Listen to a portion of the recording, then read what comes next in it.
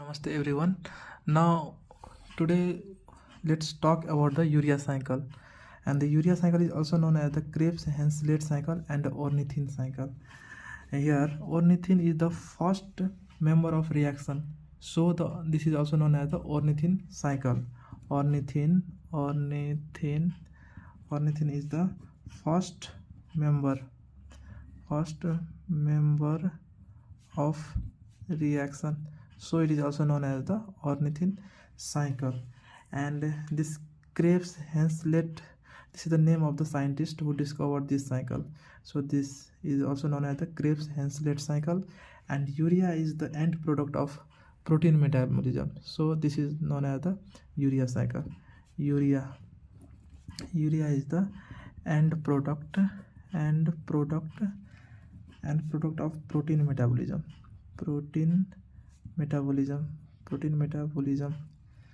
So this is the urea cycle, Krebs-Henselt cycle, and the ornithine cycle.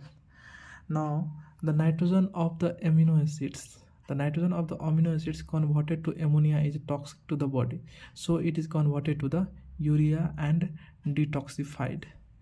And this urea is synthesized in the liver and transported to kidney for the excretion. This urea is synthesized in the liver. So the site of the urea cycle is the liver, and this transported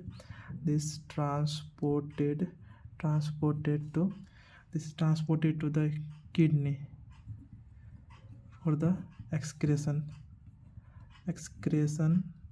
through kidney.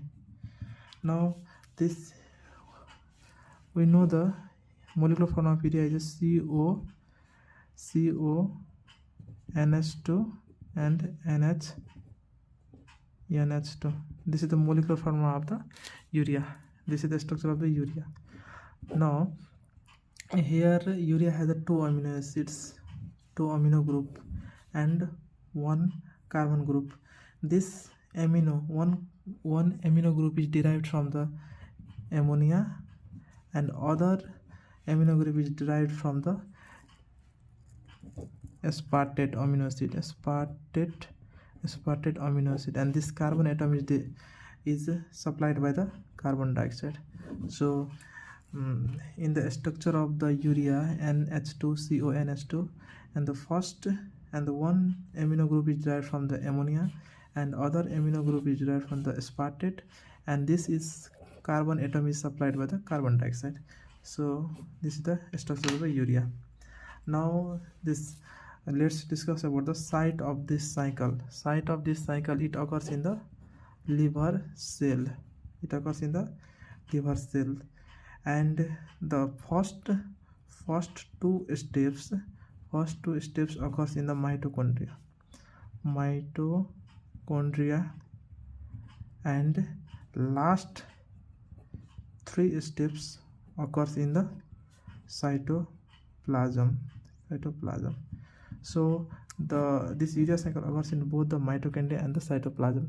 Now let's discuss about the cycle.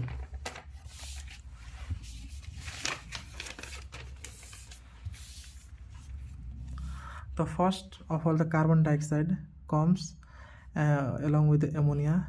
This carbon dioxide and ammonia combines to form the carbamyl phosphate, and here the enzymes required is carbamyl phosphate synthetase 1, CPS1. Here see the word synthetase T.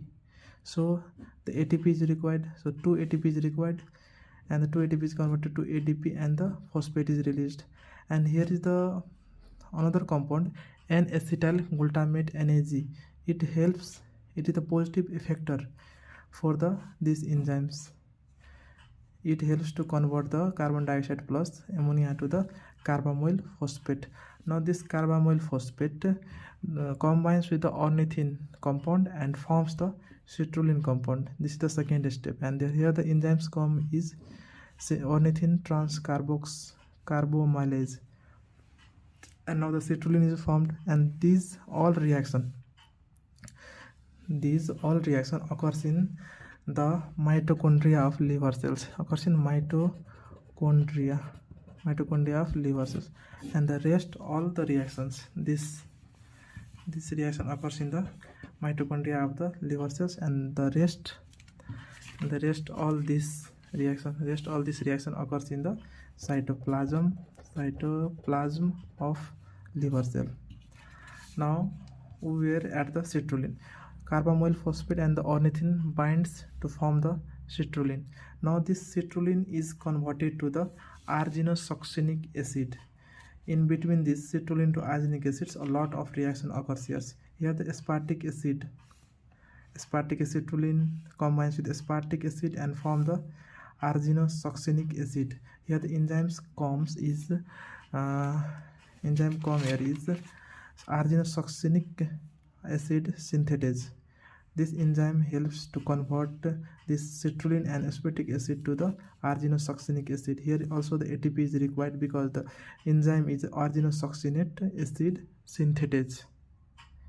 If in the synthetase enzymes T is there, then ATP is required. ATP it is converted to AMP and the phosphate, and the cofactor magnesium is also required. Now this arginosuccinic acid release the fumarate, and with the help of the enzyme arginosuccinase it is converted to the arginine, and this arginine combines with the water and form the urea. This is our end product. Which is excreted through the kidney in the urine. And here the enzymes comes is arginase. So you can learn it as a substrate. You can learn it as a formula OCA.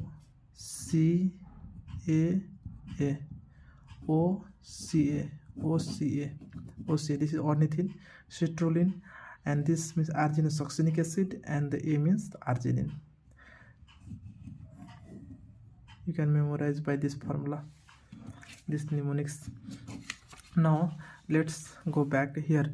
Arginosuccinic acid releases the fumarate, and this fumarate is the compound of the TCA cycle, and in the TCA cycle the fumarate is converted to the malate, and then this malate is converted to the oxaloacetate.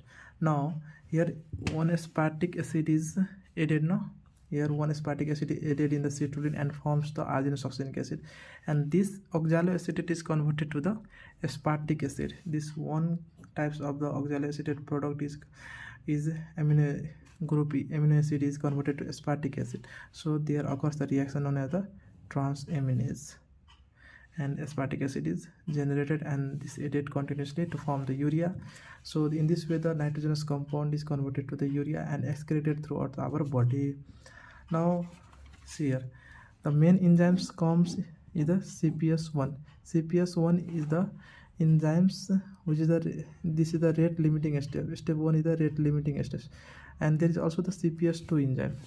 There is a CPS2 enzyme, and this is used in the pyrimidine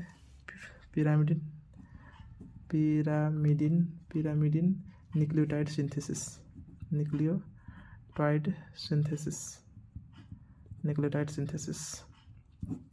Okay, now this CPS2, this CPS1 is present in the mitochondria, but this CPS2 is present in the cytoplasm. Now let's discuss about the energetics of urea cycle.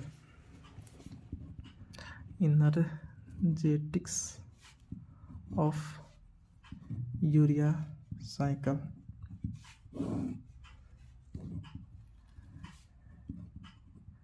Energy used in the first step energy used is 2 ATPs. See here, in the first step the energy used is 2 ATP, and in the third step, this is the third step, and this is the fourth step, and this is the fifth step. In the third step the ATP, 2 ATP equivalents are used. Here ATP is converted to AMP. It means the two ATPs equivalent is used in this step, third step. So in the third step, two ATPs equivalent is used. ATP equivalent is used. Now the number of ATP used is 3.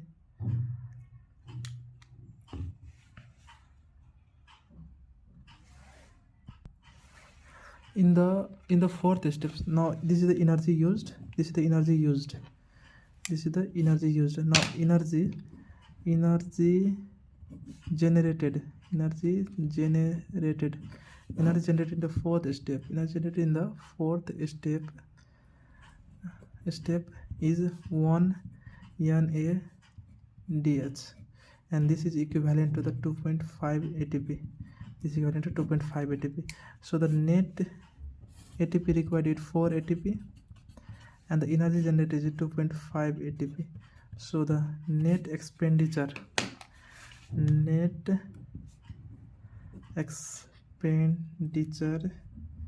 is 1.5 ATP. It means there is a loss of 1.5 ATP in the urea cycle. Now the regulation of urea cycle. And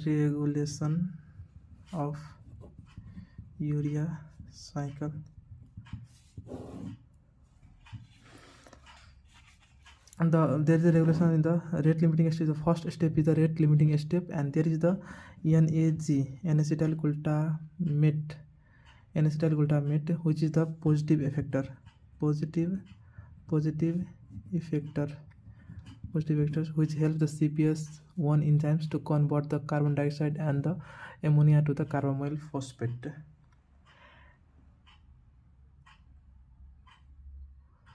And now this is the urea cycle. In this way we completed the urea cycle. Thank you.